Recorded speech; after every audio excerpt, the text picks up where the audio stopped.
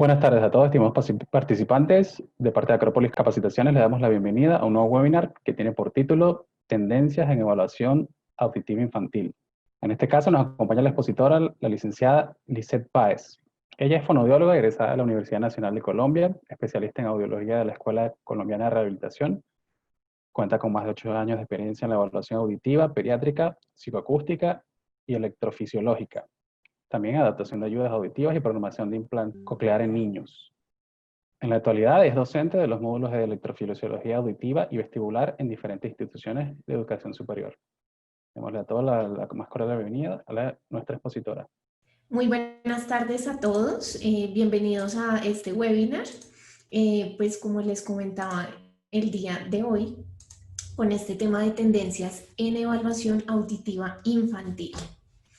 Bueno, para empezar con este interesante tema, podríamos empezar hablando de la importancia de detectar una pérdida auditiva de manera temprana en los niños, ya que su cerebro se va desarrollando progresivamente, incluso desde antes del nacimiento, y tiene una ventana de oportunidad. Por eso vemos en este momento en pantalla una ventana. La cuestión es que cuando tenemos el crecimiento normal y el desarrollo cognitivo de los niños, esta ventana se va cerrando a lo largo del tiempo. Es decir, que las conexiones neuronales no van a ser las mismas cuando un niño nace que cuando tiene 1 año, cuando tiene 3, cuando tiene 5. Es el momento en que esta ventana empieza a sufrir este fenómeno de ser cada vez más estrecha. Entonces, si no detectamos de forma correcta y de forma oportuna la pérdida auditiva, estamos dejando correr el tiempo y permitiendo que esta ventana se vaya cerrando, obstaculizando el aprendizaje del lenguaje y de toda la información que el niño puede adquirir de forma auditiva. ¿Listo? Entonces, recordemos que es importante tener en cuenta los tiempos de evaluación. Cuanto más temprana se realice pues toda esta evaluación auditiva, muchísimo mejor van a ser los resultados. Bueno, nos vamos a basar en las guías de práctica clínica de la Academia Americana de Audiología. Asimismo, les voy a brindar también algunas pautas dadas por la Sociedad Británica de Audiología, que son como pues las dos instituciones principales que tienen actualizadas sus prácticas clínicas en esta área. Empecemos por hablar de cross-check. El cross-check es tomar los resultados de 3 tipos de pruebas audiológicas: las psicoacústicas, las electrofisiológicas y las electroacústicas. Este principio fue determinado por Yerger y Hayes y nos dice que cada una de estas pruebas tiene una gran validez dentro del ámbito clínico. A veces, con el desarrollo de las tecnologías electrofisiológicas, como lo son los potenciales evocados auditivos, tendemos ya, digamos, a olvidarnos un poco de la importancia de los otros 2 grupos.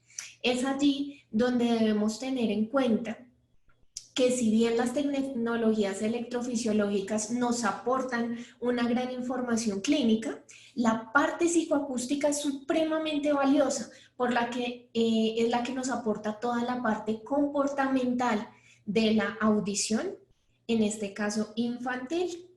Entonces, muchas veces nos enfrentamos a casos bastante complejos, por ejemplo, los casos de disincronía neural, en donde las pruebas electrofisiológicas pueden ser contradictorias, inexactas o incluso imposibles de interpretar por morfologías supremamente extrañas en las curvas, mientras que lo comportamental en este caso va a jugar un rol mucho más decisivo en la toma de decisiones clínicas y de tratamientos a seguir en el área pediátrica. Entonces, ¿cuál es el mensaje para llevar a casa en este momento? que si bien debemos valernos de las tecnologías, no debemos dejar la parte clínica de base de la evaluación psicoacústica y, por supuesto, el importante aporte de la electroacústica. Entonces, en eso consiste el CrossCheck, en tomar todo este universo de pruebas audiológicas, ejecutarlas y poder interrelacionar los resultados de cada una para llegar a un diagnóstico audiológico.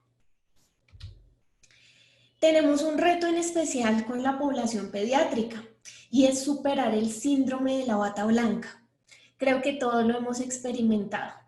Los niños entran al consultorio y ven la bata e inmediatamente se enloquecen, lloran, se botan al piso, quieren salir corriendo, no quieren colaborar. Entonces, de hecho, se hizo una encuesta a varios pediatras en Estados Unidos y ellos decían que no realizaban otoscopia porque el hecho de estar ellos con la bata blanca y aparte de eso acercarse al niño con un instrumento como el otoscopio hacía que la consulta fuera totalmente insufrible. Entonces nos afrontamos a este reto que es ganarnos la confianza de este pequeño paciente que está asustado, que está renuente, y poder obtener respuestas auditivas de él. Entonces, ¿cuál es una de las soluciones que se propone? Pues que tengamos unas tecnologías de apariencia amigable. Entonces, el otoscopio, digamos que puede parecer algo como agresivo, como un aparato raro, pero pues vamos a ver a lo largo de esta ponencia que hay algunas herramientas nuevas que nos van a ayudar a obtener los resultados de todo este universo de pruebas con una dinámica mucho más amigable, en especial para esta población chiquitita de los niños que suelen ser tan activos y tan renuentes a la bata blanca. Entonces vamos a iniciar por el grupo de las pruebas electroacústicas. Aquí en la parte izquierda de la pantalla vamos a ver como un pequeño diagrama en donde tenemos un conducto auditivo externo, la caja timpánica y una olivita de color verde, que es la que vamos a usar con un impedanciómetro convencional. Esta vendría siendo un oído adulto, en donde tenemos una gran cavidad de aire, en donde se nos permite hacer, pues digamos, una exploración bastante acertada con una prueba que conocemos de toda la vida, en este caso el timpanograma. Pero ¿qué va a pasar con el oído de los niños? Que es una cavidad mucho más chiquitita, entonces aquí ya lo vemos, apareció un oído más pequeñito, entonces el área de estudio va a ser mucho más reducida. Igual con su oliva, que si de por sí ya es una cavidad pequeña, al poner el instrumento de evaluación se va a hacer aún más pequeña. Entonces ese área de estudio va a ser más reducida.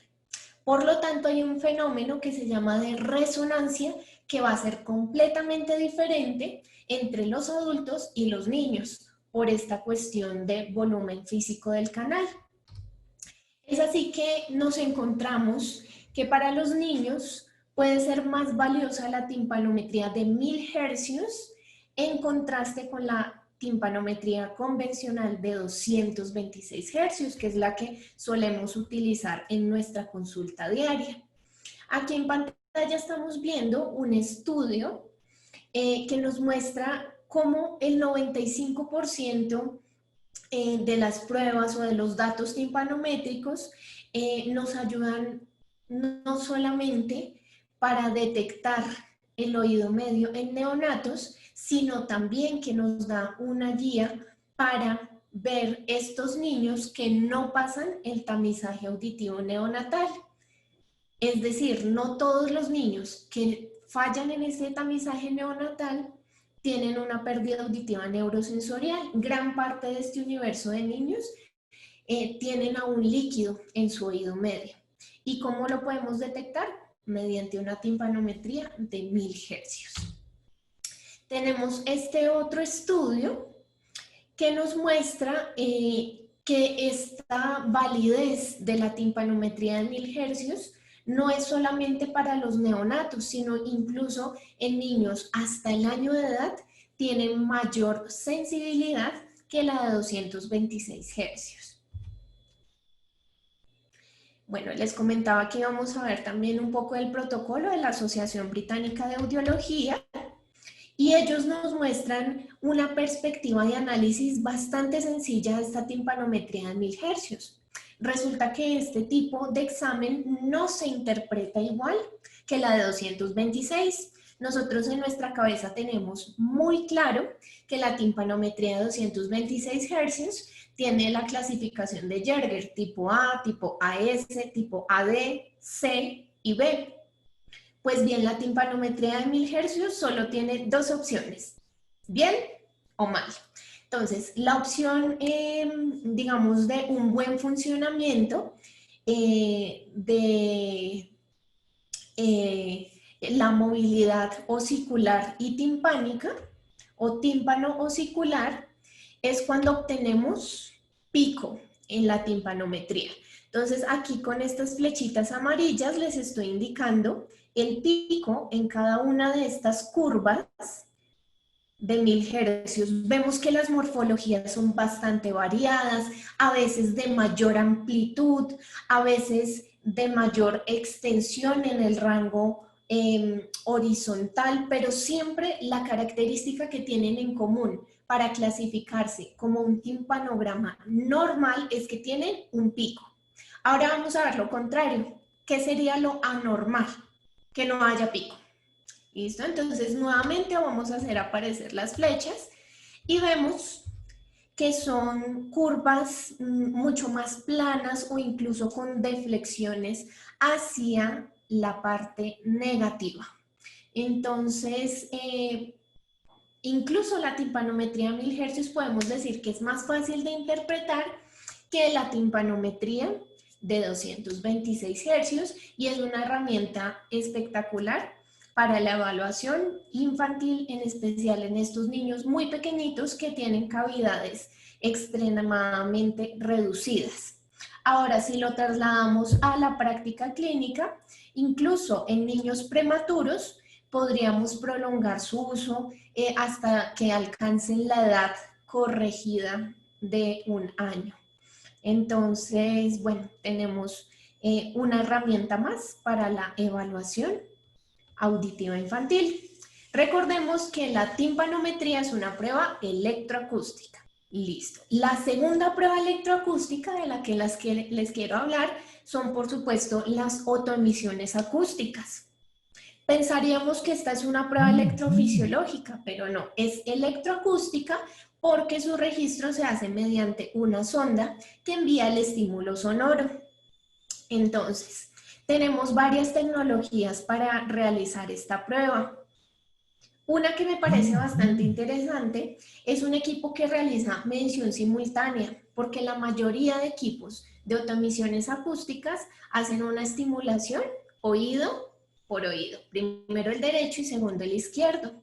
Y volvamos al tema de que esto tiene que ser rapidísimo. Con los chiquitos no nos podemos extender mucho tiempo en una evaluación porque sus tiempos de atención son bastante limitados y además porque necesitamos generarles la menor incomodidad posible. Entonces, manipular el oído de un niño pequeño, ponerle un objeto extraño allí, no va a ser nada agradable para él. Entonces, entre más rápida sea la prueba, muchísimo mejor.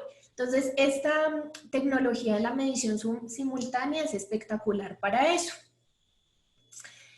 Volviendo al tema del síndrome de la bata blanca, tenemos esta otra opción que está de color blanquito aquí al lado, que es un baby screen. Entonces, esta tecnología también es maravillosa para abordar un niño por dos motivos. Primero, porque parece un celular. Y pues siendo sinceros, en este momento, un niño viendo cualquier tipo de celular va a querer jugar con él. Y pues viendo que alumbra la pantalla de colores, que tiene como esta dinámica tan colorida, pues realmente va a ser mucho más fácil que nos permita poner este dispositivo en su oído, a que si tenemos un equipo grande, robusto, como el que estamos acostumbrados, que ocupa un gran espacio sobre nuestra mesa, que tiene como una apariencia mucho más agresiva. Entonces, todas estas herramientas nuevas nos ayudan a ser más amigables en el contacto con estos pacientes pequeñitos. Y aquí tenemos nuevamente un artículo en donde se comparan no solo la timpanometría de 1000 hercios, sino también sus resultados con las fotoemisiones acústicas. Y nos dice pues que efectivamente estas dos herramientas funcionan de maravilla en niños menores de 7 meses. Bueno, veo que alguien levantó la mano. Al final de la intervención vamos a tener un espacio de 15 minutos para que realicen todas sus intervenciones y preguntas. Entonces, por favor, las personas que vayan teniendo alguna inquietud, guárdenla y al final, en estos 15 minutos, vamos a hacer pues toda la parte de resolución de inquietudes. Entonces, les venía comentando que en este estudio se compara la eficiencia de esta timpanometría de 1000 hercios con respecto a las fotoemisiones acústicas y funciona perfecto en niños menores de 7 meses. Sin embargo, dice, no debemos por esto echar en balde o a la basura nuestra prueba convencional de siempre, toda la vida 226 hercios, porque ella nos sirve como un factor de referencia. Por si de pronto nos queda alguna duda, alguna inquietud, pues con la 226 podemos, digamos, complementar un poco el estudio, pero sí el llamado es para que utilicemos la timpanometría de alta frecuencia en conjunto con las fotoemisiones como pruebas electroacústicas de todo este conjunto para realizar el cross-check. En un segundo momento del cross-check vamos a hablar de las pruebas electrofisiológicas. Estas se van a realizar con dos modalidades. Una de ellas es de tamizaje y la otra es con un objetivo ya más profundo, de tipo diagnóstico. Entonces tengamos en cuenta que los tamizajes son neonatales, se realizan en los primeros estadios de la vida, apenas los niños pues tienen su nacimiento, pues lo ideal es que se realice dentro del primer mes. Ideal, en un mundo ideal, que este tamizaje se realizara incluso antes de que mamá e hijo abandonen la clínica después del parto, pero pues por diferentes situaciones administrativas, de capacidad, digamos, instalada de las instituciones, a veces se puede demorar un poquitico más. Y el diagnóstico pues ya se da en pacientes que tienen una presunción de pérdida auditiva o alguna condición especial, como una discapacidad o algún otro compromiso sensoriomotor que nos pueda llevar a pensar que puede desarrollar una pérdida auditiva. Bueno, entonces, entrando un poquito más hacia las pruebas electrofisiológicas diagnósticas, tenemos los potenciales evocados auditivos trascientes. ¿Qué quiere decir trascientes? Que se generan con un estímulo intermitente y me van a mostrar curvas en la pantalla. Entonces, tenemos dos tipos de estos potenciales trascientes. Uno son los de estímulo clic, que son los que utilizan frecuencias agudas y me van a permitir ver la sincronización neural. Es decir, si el nervio auditivo es competente para transmitir la información acústica desde el oído interno hasta el tallo cerebral. Eso es lo que va a hacer el potencial evocado auditivo con estímulo clic. Pero también tenemos otro estímulo que se llama tone burst, que nos va a permitir hacer detección de umbrales en diferentes frecuencias. Es así que vamos a poder hacer pruebas en 500, 1000, 2000, hasta 4000 hercios. Dependiendo de nuestro equipo, hay algunos que incluso tienen 6.000, 8.000 hercios. Entonces, esta prueba es aún más invasiva, por así decirlo, que las pruebas electroacústicas, porque vamos a tener que ubicar electrodos en la piel del usuario. Es por esto que vuelvo a hacer énfasis, necesitamos equipos que sean, aparte de bastante acertados en su medición, que sean muy amigables con el usuario para que no se vaya a sentir, digamos, vulnerado o que vaya a sentir que esto es algo agresivo. Generalmente estas pruebas electrofisiológicas ya se hacen con el usuario bajo sueño natural y en casos especiales bajo sedación. Pero sin embargo,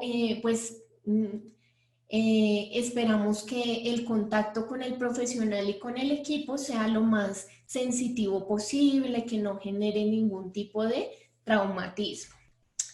Bueno, hablando de qué hay de nuevo en estas pruebas electrofisiológicas, digamos que los potenciales auditivos de toda la vida han tenido este estímulo clic, este estímulo tone burst, pero ¿qué hay de nuevo? Bueno, digamos que la prueba que está en desarrollo en este momento es esta de FFR, que es de seguimiento de la respuesta por frecuencia.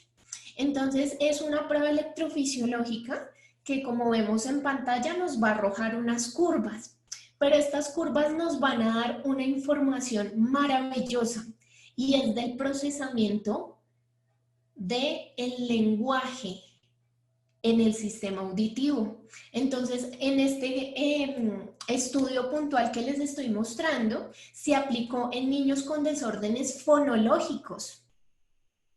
Entonces, ya no estamos hablando solamente de que las pruebas electrofisiológicas son para detectar niños sordos. No, ya las pruebas electrofisiológicas superaron esa barrera y van mucho más allá, y nosotros como fonoaudiólogos sabemos el valor que tiene identificar tempranamente este tipo de desórdenes, por ejemplo en este caso de tipo fonológico.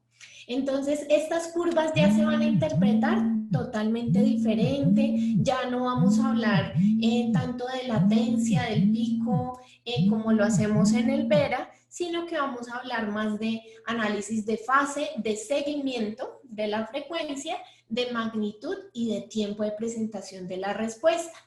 Incluso miremos en la curva que hay marcadas algunas letras, A, D, E, F, O, todos esos son sonidos. Es decir que ya este tipo de potenciales no se va a registrar con tonos, con piticos, con soniditos, sino que va a ser con estímulos lingüísticos. Y para cerrar un poquito esta parte de las pruebas electrofisiológicas, quería hablarles de la importancia de que todos nuestros equipos sean compatibles con los software ya a un modo digital, porque pues vemos que ya en este momento la telemedicina es una realidad y una necesidad. Cada vez vamos dependiendo menos del papel, de lo físico, del anotar a mano.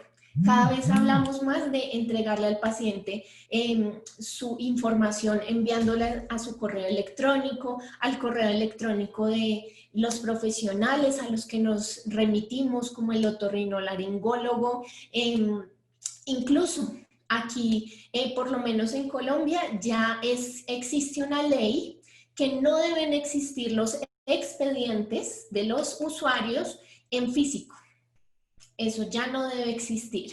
Ahora todos los expedientes de los usuarios deben ser 100% digitales. Entonces imagínense que mi equipo, por ejemplo, todavía sea un impedanciómetro que imprime toda esta tirilla en papel térmico.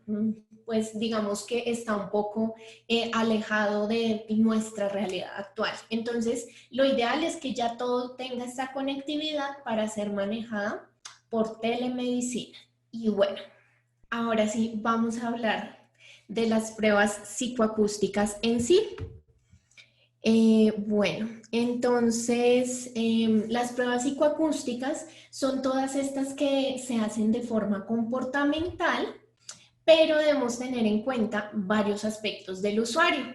El primero es la experiencia.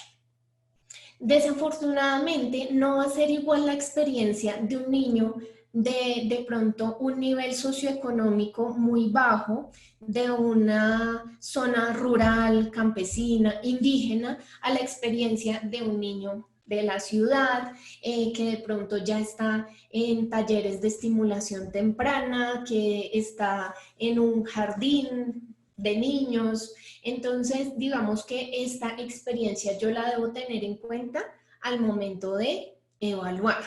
Entonces, probablemente el niño que tenga menos experiencia auditiva va a tener unas respuestas más lentas, unas respuestas más dudosas, y puede que con este chiquito yo no necesite solamente una sesión, sino que requiera más de una sesión de evaluación. También la maduración auditiva. Ahorita anteriormente mencionaba los pequeñitos que son prematuros. Entonces es importante que yo tenga muy presentes mis escalas de desarrollo auditivo. Recordemos rápidamente las habilidades auditivas: detección, discriminación, reconocimiento. Todas estas habilidades se van desarrollando a lo largo del tiempo. Ay, me salté una, percepción, detección, ¿cierto? Entonces, primero percibo el sonido, después lo detecto, después lo discrimino, por último lo reconozco, si lo vemos basados en la escala de Dassel. Entonces, la maduración auditiva no es igual en un niño que nació a término que en un niño prematuro. Entonces, debemos tener eso bastante presente al momento de realizar las pruebas. El condicionamiento. Este condicionamiento se basa también en periodos de atención y de desarrollo cognitivo. Volvemos a lo mismo. No le voy a exigir igual a un niño que no tiene absolutamente ningún antecedente a un niño que tiene, por ejemplo, algún trastorno psicomotor o alguna condición asociada de tipo cognitivo. Los procesos, vuelvo, de atención, de memoria, son supremamente importantes para elegir la prueba indicada, y los hitos motores. Entonces, ¿qué es lo primero que vamos a buscar? En la evaluación psicoacústica de los niños más pequeños vamos a buscar respuestas reflejas. ¿Cuáles son los primeros reflejos? De sobresalto ante los sonidos fuertes. Reflejo cócleo-palpebral, es decir, que cierre sus ojos al escuchar un sonido fuerte. Posteriormente voy a buscar respuestas un poco más conscientes, como detención de la actividad. Entonces, por ejemplo, que el niño esté succionando y con la presentación del estímulo acústico detenga la succión.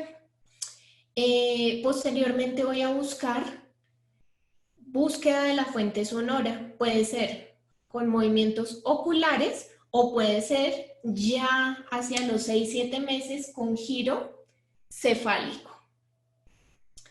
Posterior al año de edad ya voy a empezar a tener en cuenta la motricidad fina, y es donde puedo llevar a cabo, por ejemplo, audiometrías por juego condicionado, en donde el niño pone una ficha, ¿cierto? Entonces debo tener muy en cuenta estos hitos motores para ver cuáles son las respuestas que yo espero de mi usuario en X prueba psicoacústica.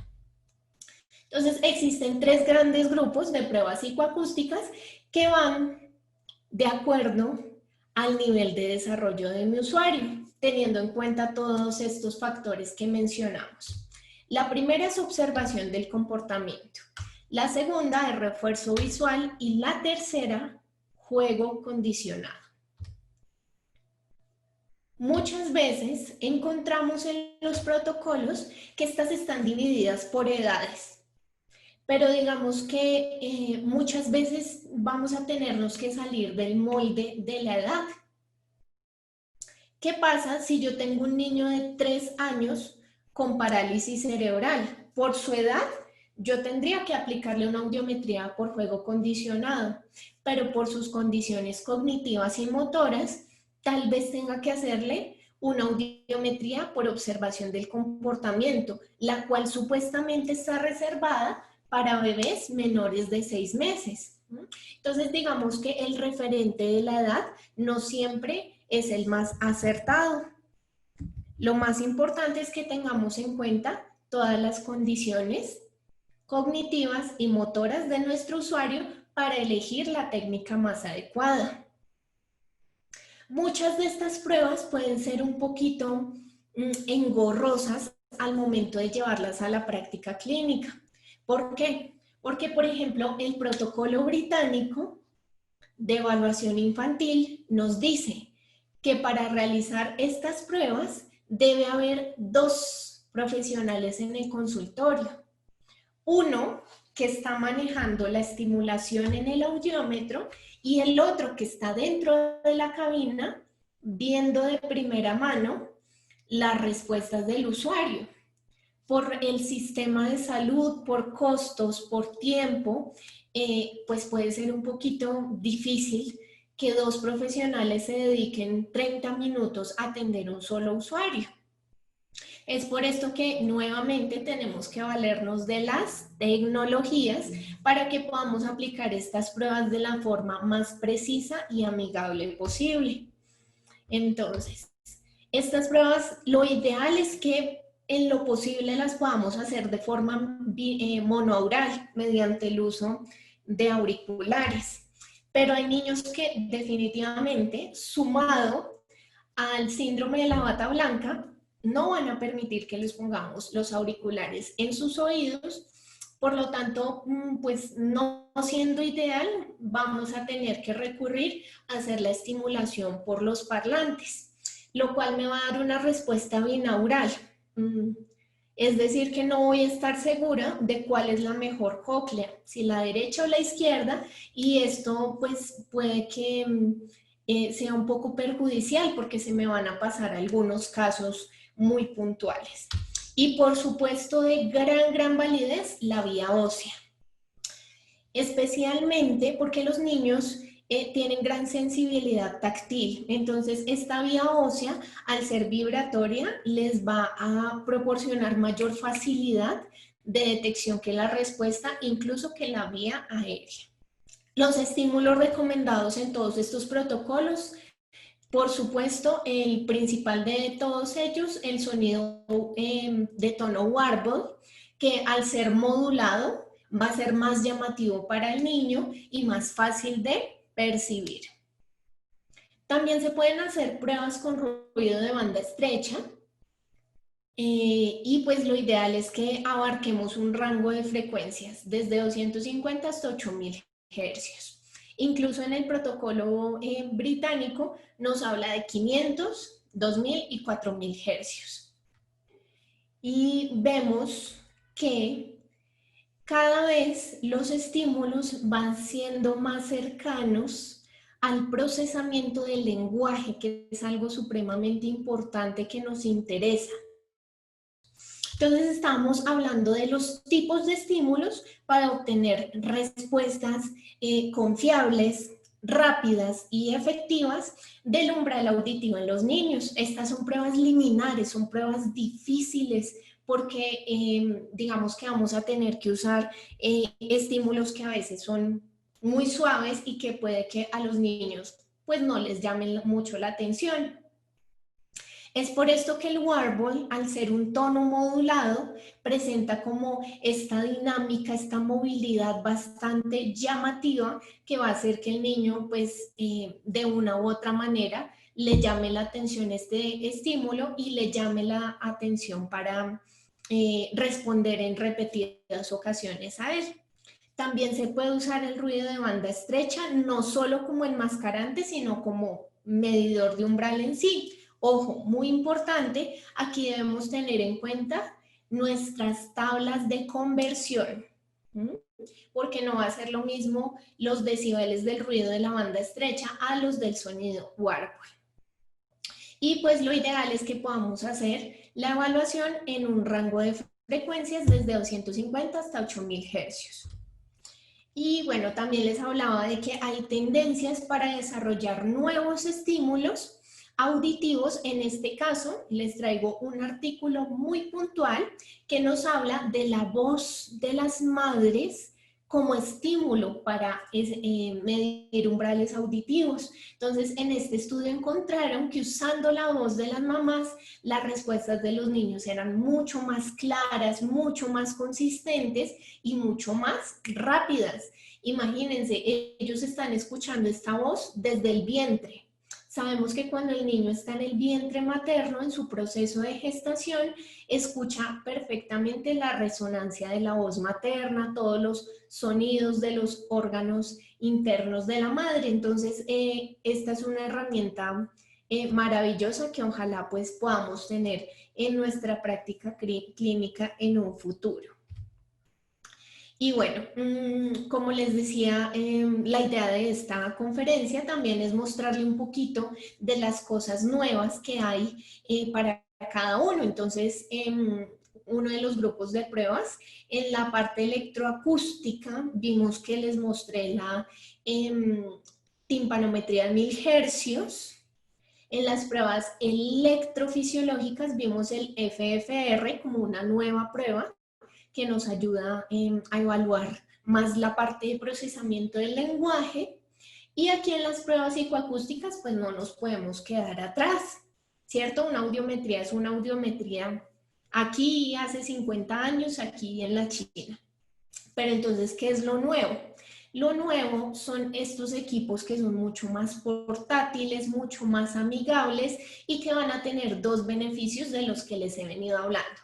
Primero, tienen una presentación supremamente amigable para que el niño pues no vaya a sentir que es un objeto extraño, raro, agresivo.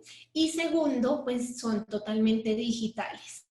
Entonces, esto nos va a permitir transferir la información de nuestro equipo a un software de historia clínica, a compartirlo con otros profesionales, con el mismo usuario mediante correo electrónico. Entonces, pues esta es una novedad bastante importante ahora que está muy en auge la telemedicina. Y bueno, esta es otra tecnología que también es muy amigable porque el niño interactúa con el audiómetro. Esto hace años era impensable. Yo soy el profesional, aquí está el audiómetro, y allá detrás del vidrio, en la cabina, estaba el paciente.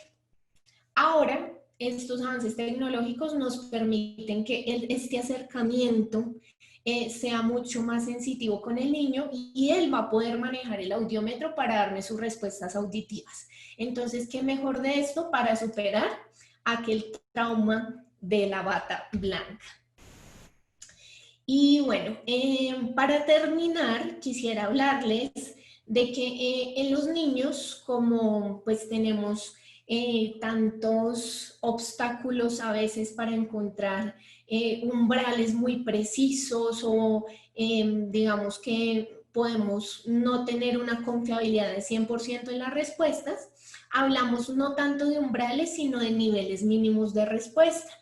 Vemos que este término es acuñado en el año 2019, bueno, realmente se usa desde mucho antes, pero está certificado en el año 2019 por las guías de los programas de detección e intervención de la pérdida auditiva. Entonces, realmente hay asociaciones internacionales que nos dicen, bueno, no se preocupen si la evaluación en los niños no puede ser igual que la de un adulto. No hablemos de sensibilidad auditiva periférica, sino hablemos de niveles mínimos de respuesta, hasta donde yo logra alcanzar respuestas confiables con un niño pequeño. Entonces vamos a hablar de MRL, niveles mínimos de respuesta. Y si se puede hacer audiometría en los niños, ¿por qué no logoaudiometría? Entonces, la logoaudiometría en este caso va a tener dos mediciones. El SAT, que es el umbral de detección, que lo vamos a realizar con los sonidos de Link. A, I, U, Ch, I, S. ¿Listo? Y vamos a tener también el SRT, para el cual vamos a tener señalamiento de láminas. En este caso, pues, les voy a mostrar este test que se llama el ESP. ¿Listo? Que es un test de percepción en donde hay monosílabos, trisílabos, bueno, diferentes tipos de estímulos. Aquí la idea es que yo le digo la palabra al niño y él señala la lámina que corresponde. Y por supuesto, no podemos dejar atrás que todas estas pruebas nos van a ayudar también en la verificación de ayudas auditivas de estos niños que ya son adaptados con unos audífonos, con un implante coclear. Entonces, todas estas técnicas del BOA, del CPA, del BRA, las podemos usar perfectamente para hacer una ganancia funcional. Asimismo, de las pruebas electroacústicas, vamos a poder usar la medición de los reflejos estapediales para ver la funcionalidad del nervio auditivo en pacientes implantados. Les haya gustado esta presentación, que hayan aprendido y lo más importante, pues que podamos interactuar en este momento. Entonces les comentaba que tenemos 15 minutos en los que vamos a poder interactuar, responder preguntas, cualquier inquietud que tengan. Cuando estaban por ahí levantando la mano, a ver, no sé si en este momento quieren manifestar alguna inquietud, alguna pregunta. Lisette, buenas tardes. Karina pregunta que si puedo hablar un poco más sobre el test de ESP. Perfecto. Bueno, primero que todo, buenas tardes, Karina. Muchísimas gracias por estar en este momento conectada. Bueno, este test, la verdad, lo encontré en inglés, pero he visto algunas instituciones que lo tienen adaptado al español, solamente que pues mediante una licencia paga, por eso no la tengo en esta presentación. Entonces, ¿cuál es la idea? Vamos a tener palabras monosílabas, bisílabas, trisílabas y con, bueno, yo les digo trocleares, que son estas combinaciones de consonantes. Entonces, la idea es que yo pueda identificar mi paciente a cuáles de estos estímulos responde mejor. Dependiendo de la edad, va a ser para ellos más fácil hacer cierre auditivo. Entonces, por ejemplo, si estoy con un niño muy pequeño, digamos de 1 año y medio, 2 años, va a ser mucho más, digamos, funcional estimularlo con trisílabas. Entonces, digamos, una palabra trisílaba. Carreta, carreta. Entonces, de pronto, para el niño, solamente con escuchar el K, re, ya es un poco más fácil en inferir la tercera parte, que esta es la habilidad de cierre auditivo. Bueno, aquí en Colombia, por ejemplo, a este último le llamamos buceta, entonces buceta. Entonces, los trisílabos pues van a ser de bastante utilidad en los niños pequeños. Ya en los niños más grandes podemos darles una mayor exigencia, como los bisílabos.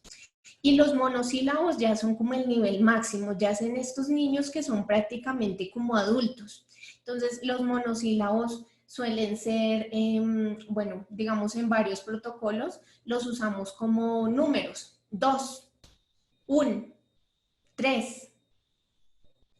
¿Sí? Entonces, la idea es que podamos encontrar este umbral de reconocimiento con esta variedad de estímulos.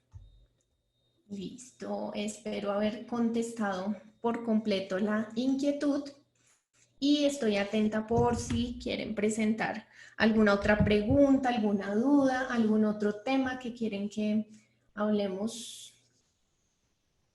Lisette, Mauricio acá tiene una pregunta, dice, ¿cuáles son los rangos de edad de las pruebas? Ok, listo. Bueno, entonces como les indicaba, digamos que sí existen unos rangos de edad, predeterminados, pero no siempre se van a cumplir porque pues hay niños con condiciones muy especiales. El BOA, que es la observación del comportamiento, está indicada para los niños entre 0 y 6 meses. El BRA entre 6 meses y 2 años. Y el CPA de 2 años hasta los 5 o 6 años. Ya a los 6 años se supone que un niño sin ninguna alteración de tipo cognitivo-motor debería ser capaz de responderme a una audiometría tal cual como un adulto, levantando su mano. Entonces, pues digamos que hablando muy estrictamente, esas son las edades. Perfecto. Aquí tenemos a Mariela Garay. Ella pregunta, ahora con todo lo que acontece en el mundo, ¿recomiendas alguna prueba por observación para realizarse a través de la tecnología desde casa? Ok, sí, efectivamente, ahora hay unas aplicaciones que nos permiten realizar audiometrías a distancia por la modalidad de telemedicina. ¿Qué va a pasar? Que estas audiometrías son de tipo screening, tamizaje, porque el usuario va a utilizar su celular y se va a conectar los auriculares que traen el celular. Entonces, estos auriculares pues van a tener, digamos, una calibración diferente a la que va a tener mi audiómetro, no me va a permitir hacer masking, no me va a permitir ver información de la vía ósea. Entonces, en este momento, efectivamente, por la contingencia se están usando, pero la indicación es que posterior a, bueno, que tengamos unas mejores condiciones para asistir a consulta, pues estos umbrales que adquirimos de tipo screening o tamizaje los podamos confirmar en el consultorio. Incluso se recomienda que sea para usuarios, por ejemplo, de audífonos que ya tienen estudios anteriores y que yo tenga un punto de referencia más o menos como para ver qué tanto pueden o no estar acertados estos umbrales. Sí es una opción en este momento, pero se requiere un aplicativo especial. Continuamos con con otras preguntas. Cintia Espinosa pregunta, hablando específicamente de autismo en edad temprana, 0 a 7 años, ¿qué tendencia en evaluación auditivo o auditiva es recomendable? Bueno, recordemos que el espectro autista abarca un rango súper amplio de comportamientos.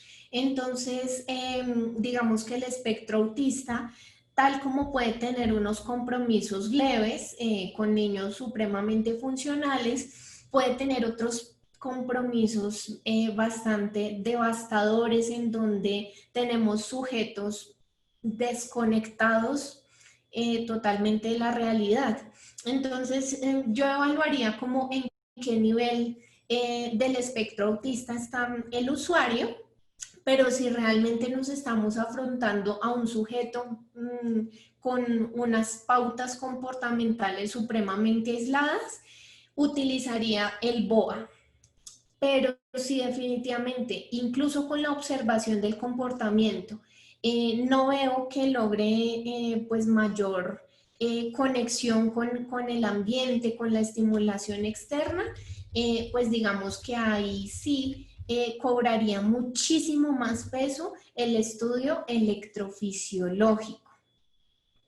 Entonces allí ya nos iríamos a unos potenciales evocados auditivos más allá de la parte psicoacústica. Okay. Tenemos por acá otra pregunta. Dice así, buenas tardes. Esos bebés que realizan las pruebas auditivas y les salen bien, pero la madre refiere que cuando escucha sonidos fuertes, el niño llora. ¿Qué se recomienda en ese caso? Entonces eso puede ir ligado a la experiencia. ¿Mm? Entonces es diferente, digamos, estos niños que están con la madre en casa, que de pronto no hay más estímulos alrededor, que si ella pone música es bastante suave, que ella trata de que cuando el bebé está dormido, pues nadie puede, mejor dicho, dejar caer un alfiler.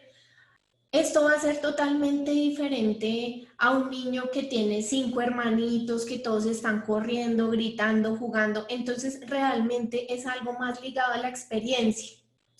Recordemos que este procesamiento de la sonoridad es un proceso ya auditivo central. Entonces, es como cuando en los adultos hablamos de la hiperacusia, que son personas que no toleran sonidos que para otras personas son normales. Entonces, digamos que en este caso, lo que podríamos sugerir es una estimulación auditiva un poco más amplia para estos niños pequeños, porque puede ser que la experiencia esté un poco limitada. Perfecto, aquí tenemos otra pregunta por parte de Maciel Noemí. Dice, buenas tardes, ¿qué pruebas recomiendas emplear en el caso de niños pequeños que presentan un marcado retraso del lenguaje y queremos descartar algún compromiso auditivo? Ok, listo. Entonces, realmente para los niños que tienen compromiso del lenguaje, yo haría todo, todo. Es decir, aquí cobra importancia todo el cross-check, porque un desorden del lenguaje puede corresponder a una disincronía auditiva. Y eso solo lo voy a identificar mediante las pruebas electrofisiológicas. También puede corresponder con procesos de otitis silenciosas. Recordemos que no todas las otitis son supurativas. Un niño puede durar muchísimos años con procesos de oído medio totalmente silenciosos. Entonces allí vamos a utilizar la timpanometría. Y por último, específicamente si vamos a hablar de lenguaje, totalmente válido e importante poder realizar la logoaudiometría, incluso si es posible con los sonidos de link, como se los mostraba en un principio, y también pues con otros test de percepción. Entonces, digamos que cuando hablamos de trastornos del lenguaje, es difícil escoger una sola. Realmente allí necesitamos todo el universo de pruebas para hacer un cross-check bien determinado y que no se nos vaya a pasar nada por alto. Perfecto, continuamos con otra pregunta. Aquí dice, niños que hablan, pero que hablan en tonos muy altos, ¿hay alguna manera de realizar alguna prueba más específica para saber si es algo auditivo? Claro que sí. Bueno, eso no lo puse en esta prueba, pero en estos niños podemos usar pruebas de procesamiento auditivo central. Porque igual como hablábamos con los niños que ante los sonidos fuertes se asustan, los niños que hablan muy fuerte es porque dentro de su sistema nervioso central el procesamiento de la sonoridad, pues digamos que tiene una interacción diferente. Entonces allí utilizaría sin duda alguna pruebas de procesamiento auditivo central. Una de estas pruebas se llama MLD, la prueba de diferencia de masking. Entonces es una prueba en la que el usuario escucha sonidos por sus dos oídos. Entonces, por ejemplo, le pongo 20 decibeles acá y 20 decibeles acá. Y le voy subiendo de 5 en 5 solamente en un oído. 5 decibeles en un oído. Entonces el niño tiene que ir identificando esos cambios de intensidad, pero también cada vez que yo aumente la intensidad en los dos oídos, él tiene que equipararlos. Entonces si yo pongo aquí 40 y aquí 30, él me tiene que decir, están diferentes.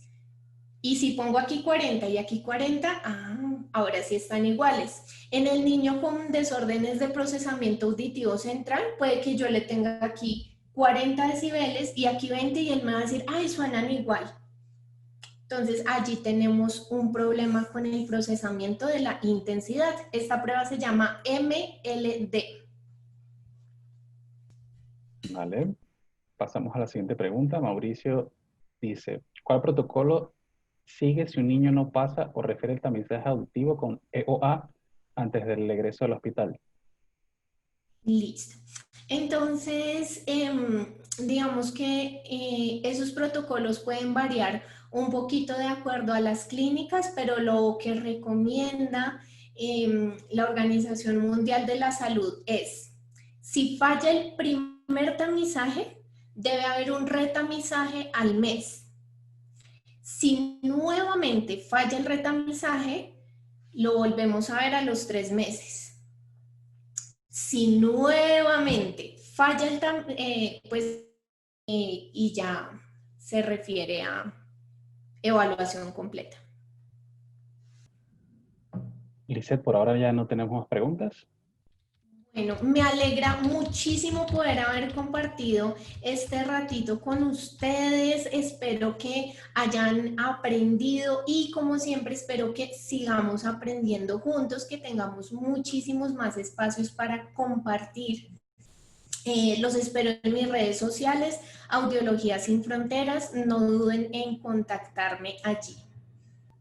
Muchas gracias, Lisette, y nuevamente muchas gracias a todos los participantes por estar acá. No tenemos que dejar de mencionar que tuvimos en la tarde de hoy participantes de Perú, Venezuela, Costa Rica, Colombia y por supuesto Panamá. También nuevamente te agradecemos a ti, Lisette, y a todos por participar. Tengan muy buenas tardes a todos. Hasta luego, que estén muy bien.